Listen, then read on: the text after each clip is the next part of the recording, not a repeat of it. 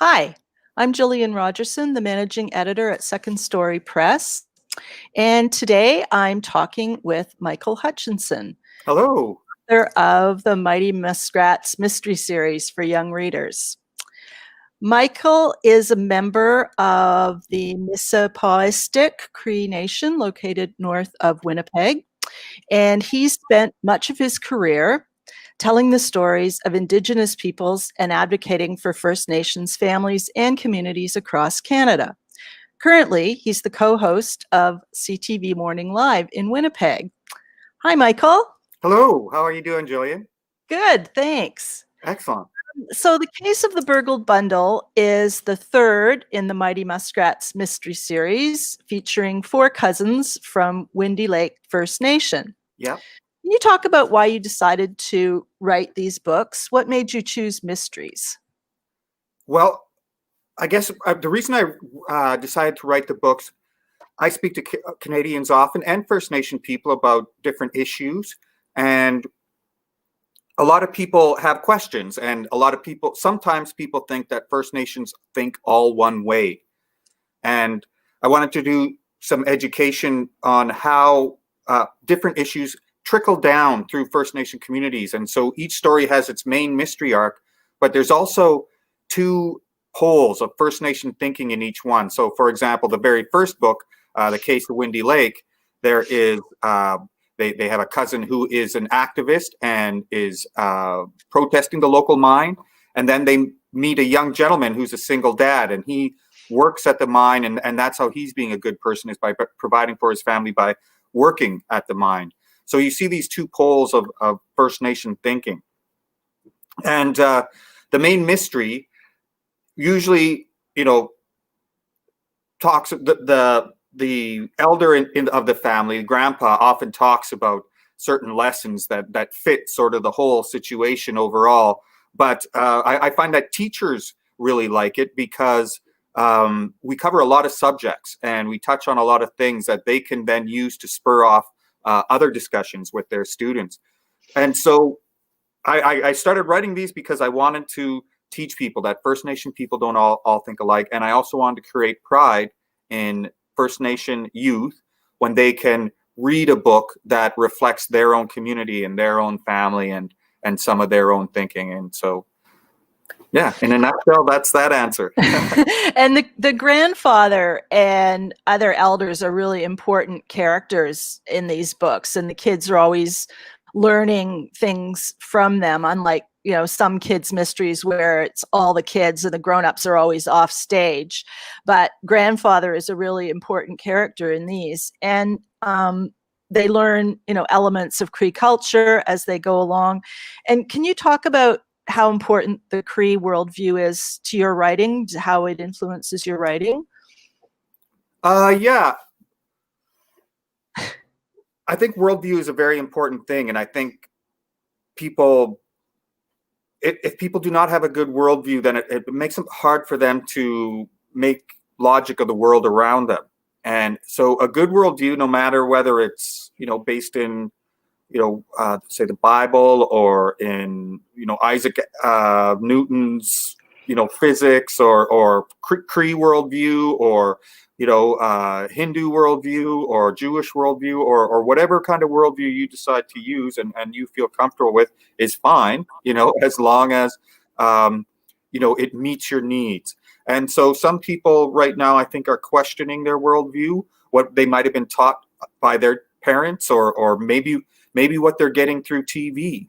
And so I think worldview is a very important thing. Now for me, I have been taught by elders, not all from within my family, but throughout my life about how the Cree view the world and how Indigenous people, some of my elders are Anishinaabe and, we're a very close link culture. And so some of their teachings and that sort of stuff. And so I have elders that I like talking physics about with and all that kind of stuff when we talk about physics and then how that matches what we see in our worldview and stuff. And it's very interesting. And so for me, as Grandpa tells lessons, he often is talking about the Cree worldview. And I guess one of his most basic lessons is that, and I think it appears in every book, is that you are the land you live on. And so that lesson is basically that, the creation, the lessons of the creation are in the landscapes. And so when people live on a landscape, they create a lifestyle. And as, the generations pass, that lifestyle becomes a culture. And then as those people reach up and the stars reach down, then that becomes their spirituality and their higher beliefs. And so that's what makes Cree indigenous, is that link between land, lifestyle, becoming culture. People say, well, First Nations started over, across the land bridge. That very may well be, but nobody speaks Cree in Mongolia. Cree was invented on these lands. The Cree lifestyle was invented through that relationship between you live on a piece of land, getting the food off that land creates a lifestyle, and then culture and all that kind of stuff. And so that's very important. And so as the muskrats move within their own community and between different communities, and then they experience other people from different communities, that lesson comes into play. And then when they move to the city and they experience a very different landscape, the city landscape, which is, infested human cultures, then that is something that they also talk about, and how that landscape affects people. And so, yeah, worldview is very important, and yeah, I hope people have a better understanding of the worldview that they connect to. And two of the muskrats, the four are cousins, and they solve mysteries together, but two of them didn't grow up in Windy Lake, so they're always trying to. Can you talk a bit about sort of the relations between those characters, and how and why you decided to have that kind of experience in the books? Yeah, well, when you're an author, especially when you're planning on writing a series, I guess from the very beginning, I wanted to call these a First Nation Hardy Boy book series, kind of, or something similar to it, due to the influence that book series had on my youth. But yeah, you when you're an author, you want to kind of give yourself as many options to play with as possible. And so that comes through in the landscape that I use, and sort of some of the things that I put in the landscape that are affecting the community. But it also is true of the characters. And so if you look at the characters, Otter kind of represents the spiritual one. He's the one that kind of, his parents passed away. So he grew up with his grandparents and his grandpa, and then his late grandmother. And so he sort of represents spirit, and he's sort of the most bushwise of all the kids. And then Chickadee also grew up on the reserve, and she's, the computer savvy girl. She represents, the seed of a strong Cree woman. And then Tim and Samuel, who are the characters you're talking about, they lived on the res as toddlers, but then moved to the city for a while because of their mom and dad, and then have recently come back. And so for a lot of their developing years, they were in the city and were not experiencing, were not immersed in the culture, so to speak, as living in the res would do, and living in the community, and having access to snowmobiles and ski-doos or bombardiers and going out in the bush and stuff like that was not something they experienced in the city, as well as things like ceremony. And so it gives me a chance to talk about these things, and so the two more experienced characters have a chance to teach their less experienced cousins, or the less experienced cousins have a chance to bring that information out of their elders by asking them and stuff. And so it becomes also a point of conflict, not conflict, but tension, I guess, as the kids, especially in the Burgled Bundle, where it's a lot of ceremonies involved, and they're kids that aren't familiar with it and aren't as comfortable with it, and so they're constantly having questions as they go through, and that helps me as an author explain things. I know with the Burgled Bundle, you were very careful to say that you weren't going to exactly describe the bundle or describe everything about the ceremony and stuff like that. And can you talk a bit about some of the tensions with writing about communities that you belong to, but in some way putting them into fiction, and how that's been for you. Yeah, well, I guess there's a couple of layers to that. Ultimately, there are people who hold bundles, and this is a story about a conflict within a family that causes a conflict. The bundle well, I don't want to give away too much, but there's a conflict in a family, and that affects the bundle. And so, sorry again. Can you reiterate the question? What I wanted to know was, because I remember when we were working on the book, and you had there was mention of the bundle in a little bit, and I had said, is it possible to describe what's in the bundle? And maybe you could tell me again why you weren't prepared to do that. Okay, sorry, I apologize. Sorry. So the bundle. So there are people who hold bundles, and it's a sacred thing. And so I didn't want to reflect on those people in, somebody think, oh, does this, maybe I'm a former journalist, I am well known in Indigenous country. And so I didn't want people to think, oh, he heard this story from so-and-so and that sort of stuff. Also, there is a connection of the land and history to the bundle. And so, again, me being an author and wanting to give myself a lot of options, I've sort of created Treaty 12. And the numbered treaties only go up to Treaty 11. There are adhesions and other things, but I've sort of created a fictional. So if anybody says, like, where is Treaty 12? Well, I don't know. I got to make a little bit more land in order to find it. But anyway, and then there's the other thing, I guess the other level that I was speaking about is, a famous Canadian once said, the medium is the message. And so this is something that is very true. For example, you look at APTN News, right?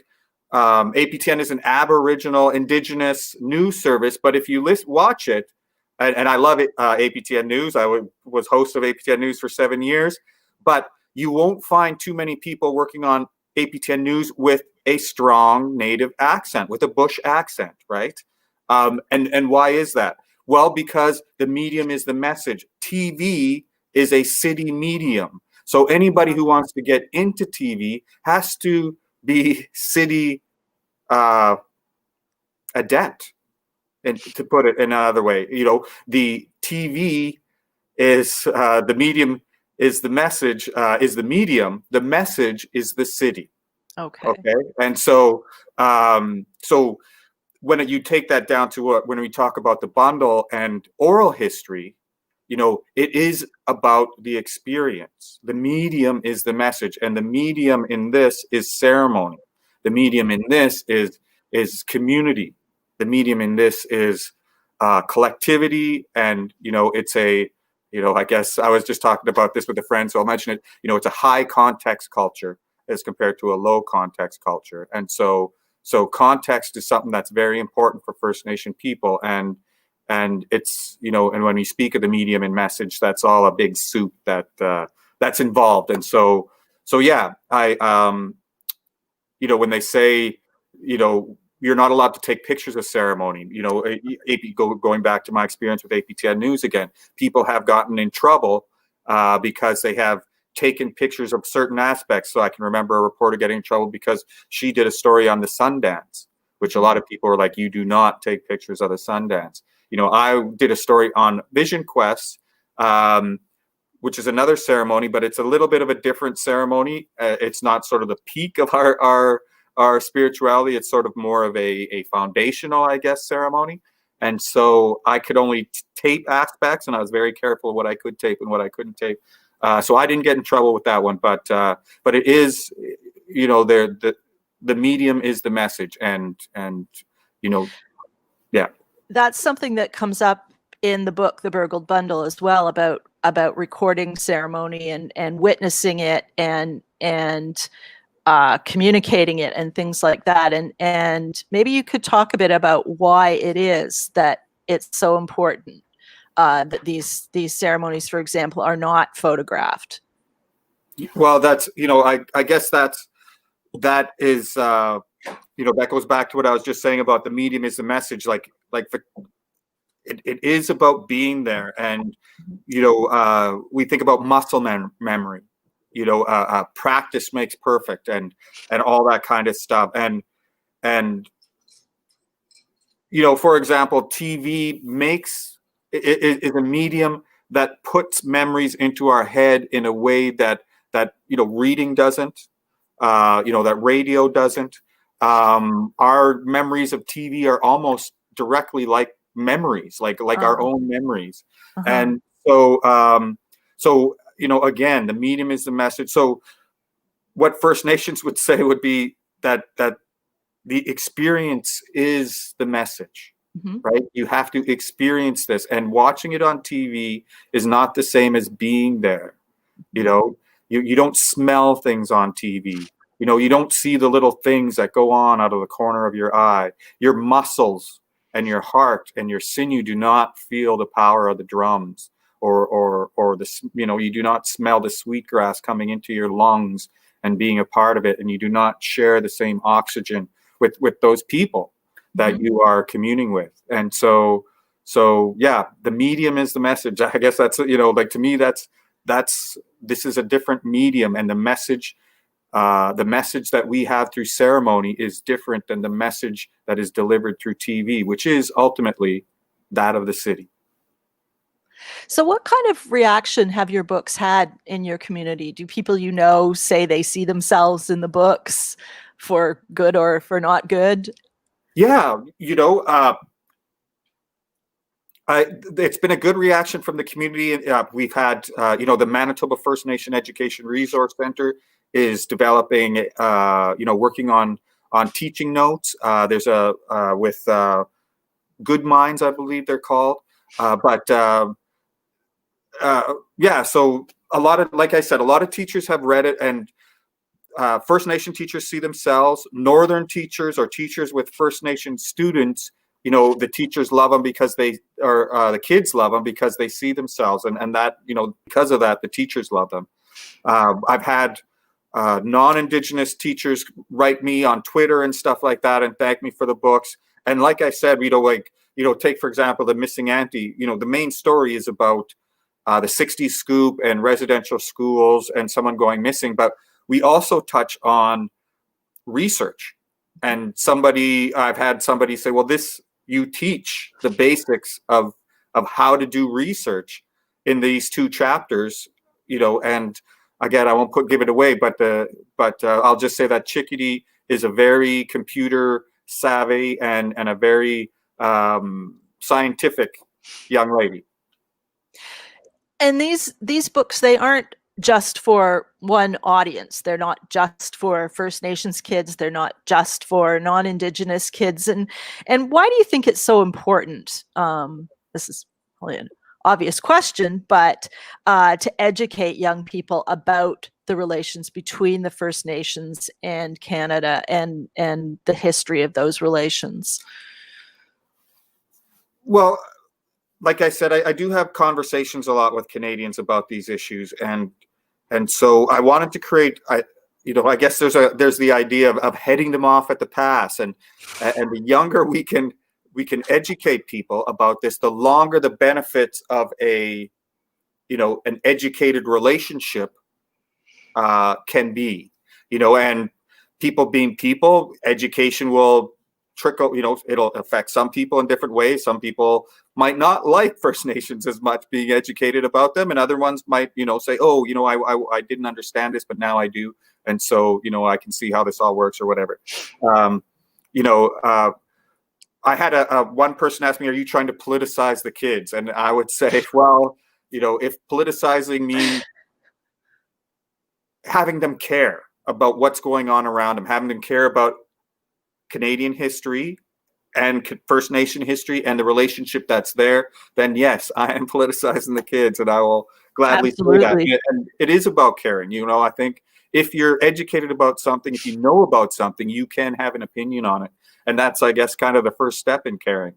And then also to knowing things on an intellectual level, knowing that, these kids, my mom and grandpa were put in residential schools doesn't really explain how that affects my kids or me, or how that affected me. You know, I go back, I said earlier about how APTN, you don't have people with strong Indigenous accents on APTN news because the medium is the message. Well, you know, when I was a kid, I asked my mom, why didn't you teach me Cree? One of the greatest embarrassments of my life is that I don't speak my own language. I've taken Plains Cree in college and stuff like that, but my dialect is Swampy Cree. But so I've asked my mom, why didn't you teach me? And she said, well, if you had a bush accent, you wouldn't have been able to get a job. And so, you know, understanding, yes, these kids went to residential school and, you know, they ended sometime back in the 70s and kind of trickled down into the 90s. But, you know, what does that mean? And so being able to show how this affected these kids, you know, the muskrats, the Mighty Muskrats, and how they are affected in their hearts and in their minds by this loss in their family that happened really 2 generations before. But it still trickles down and still reverberates. It has an impact like in a their pebble in family. a pond. Their grandpa raised his kids a certain way because of what happened to him as a child. And, you know, those kids react that, you know, in First Nation cultures, many cultures, there's the idea of the 7 generations. And people explain it differently in different cultures. But what it basically means is that the generations before you affect you, and then you as a person affect the next generations in front of you, and how people divide that. You know, some people put you in the middle with 3 in the front and 3 in the back. Some people put all 7 behind you, you know, whatever, however they divide that up. But the idea is that you are the sum of an equation, and, you know, the other numbers in that equation are your ancestors. So as an adult writer, can you talk about the challenges of writing child characters? I mean, the kids, how close are these kids to what you were like as a child, or how do you write such vibrant children? Well, I think I was a much more angry and sarcastic child, but I tried to show, you know, the muskrats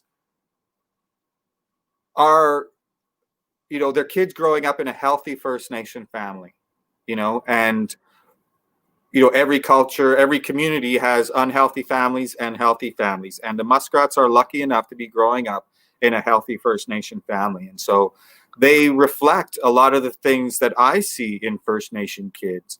And I know that, you know, that when First Nation kids come down to city schools, sometimes there's, you know, First Nation kids can be really quiet. You know, they can be really deferential to the point of almost looking, you know, stubborn, or almost looking disrespectful because they won't talk, you know, and so, you know, understanding why and understanding what's going on in their head, and how they're trying to show respect to you or to an adult. And if you don't know how to reciprocate, you know, that can lead to misunderstandings. And yeah, I guess I'll leave that there, I guess. So let's talk a little bit about your writing and your writing sort of process. When you're writing a mystery, are you the kind of mystery writer who plots it all out and you know the whole thing, the whole story before you sit down to write, or do you let the characters tell you what's going to happen, or what's your process? I write down a basic summary, I guess, and a plot, and you know, I know what's going to happen, but as the story is written, sometimes things will change, and I'll go, maybe that person will figure out how to solve it rather than this person, or, you know, and that sort of stuff. So yeah, I start with a basic summary. I'm currently writing the case of the rigged race, and so I'm also moving. I'm also starting a new job, so I'm very juggling a lot of things right now. But yeah, I know where I want to go. I know the characters I want to create. It's just not necessarily, the end is still a little bit of surprise to me, which which makes pulling out the story, I guess, a little cooler for me, because I kind of know what the ending is, but I don't really know yet for sure. And you talk a lot to school kids, and I know you do a lot of library talks and things like that. And what would you tell kids who want to write? Do you have any kind of words for young writers? How do you get started as a writer? Well, certainly. I'd say, the first step is reading. Reading is such a skill builder. Your mind is a tool, and reading builds memory skills, it builds imagination skills, it builds organizational skills. And then when it comes to writing, if you read, you begin to learn what a good sentence sounds like in your head, and you begin to learn what kind of sentences you like to read, and you'll get you'll find favorite authors, and you'll find different tones and different styles of writing, and all of this, if you're interested in becoming a writer, will be the palette that you pull from, basically.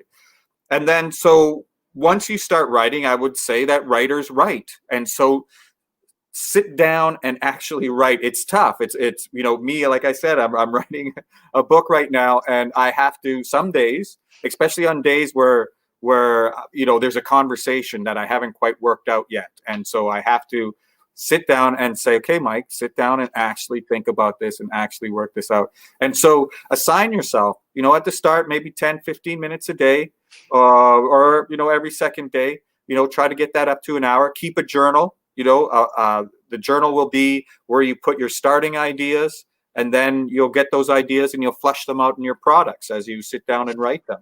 And so all that's a good thing. And then the last thing I would say is that after you've written something, everybody needs an editor. And if you are thinking of writing for an audience, then you have to think of your editor as your first reader. Mm-hmm. And so you may be a very brilliant person, and may have brilliant ideas, but if you can't, dumb those down for us readers, then they're not going to pick them up. And so you got to be able to make certain that what's at here is getting down in here, and it's your editor that is going to be the first person that tells you that. So find an editor who knows where you're going, knows the kind of genre maybe that you want to write in, and who will talk to you in a manner that you can take. You shouldn't get all defensive. It's tough. It's your own stuff. You have reasons for why you did everything in there, but they will be your first audience, and listen to them. You may, listen to them. And so that would be it. Read, write, and then get edited. Yeah, I mean, I teach my editing students that editing is a conversation, and a good editor knows the right questions to ask to bring out what the writer is trying to say, because it's their book. And yes. It's not, as the editor, it's not your book. So it's not the book that you would write, it's the book they would write. And a good editor has to help them write the best book that they want to write. And I think that's really important. I guess I would say that thank you to Second Story and their editors for allowing me to create the characters that I have and go the places that I have. Some places that I think might be a little bit risky for some young people's novels, but Second Story helped me hone those and work them out, and yeah, thank you. I think just about any issue can be an issue that you discuss with young readers, with children, as long as the language that you're using is language that they can hear, mm-hmm. and as long as you're discussing it in a way that's going to make sense to them. So I don't know if anybody in the audience has any questions. I don't see any. Oh, yes, we do. What have you learned through writing these books and the reactions to them? Yeah, well, when you put something creative out there, it's always a risk, and so it's interesting to learn the process, for one, just the process of publishing and how this happens. And it's also interesting to pull stuff out of yourself, like I wrote the first book, and then so yeah, my skill, I believe, as a writer has gotten better. I think that my characters have become more fleshed out, and so I've gotten to know them better. And yeah, there's a lot of things I've learned. It's hard to put in a nutshell, but it's a good question. Thanks. Okay, any more questions? Do you have any? Oh, somebody wants to know. Coming up in the series, do you have storylines planned out for upcoming books? Yeah. Well, good. No, I guess. Well, I have other ideas. And planned out would be is a pretty strong way of putting it. So yeah, there's the case of the pilfered pin was in my mind. I started doing research on that, and then I got bogged down in research, so I kind of switched to the rig race for my fourth book. Each book takes place in a different season, and so the pilfered pin, it's got hard to work into winter. So that's one of the other reasons why it got moved on. The other thing I'm thinking of doing is possibly, maybe doing the next 4 books, maybe aging the muskrats to high school, and then maybe writing them as they are as high school kids. And that way I could delve into different subjects more. But I haven't quite figured out what I'm going to do yet. And I'm just trying to finish the rig race. I have 2 other books that are more adult novels that are a completely different set of characters that I'm trying to finish. And so, yeah, I got to, I'm trying to do a lot of projects all at once. And I find I can't, it's very hard once you start writing a book to say, I'm going to write this book. And so, yeah, it's hard for me to do that. So I got to get the rig race out.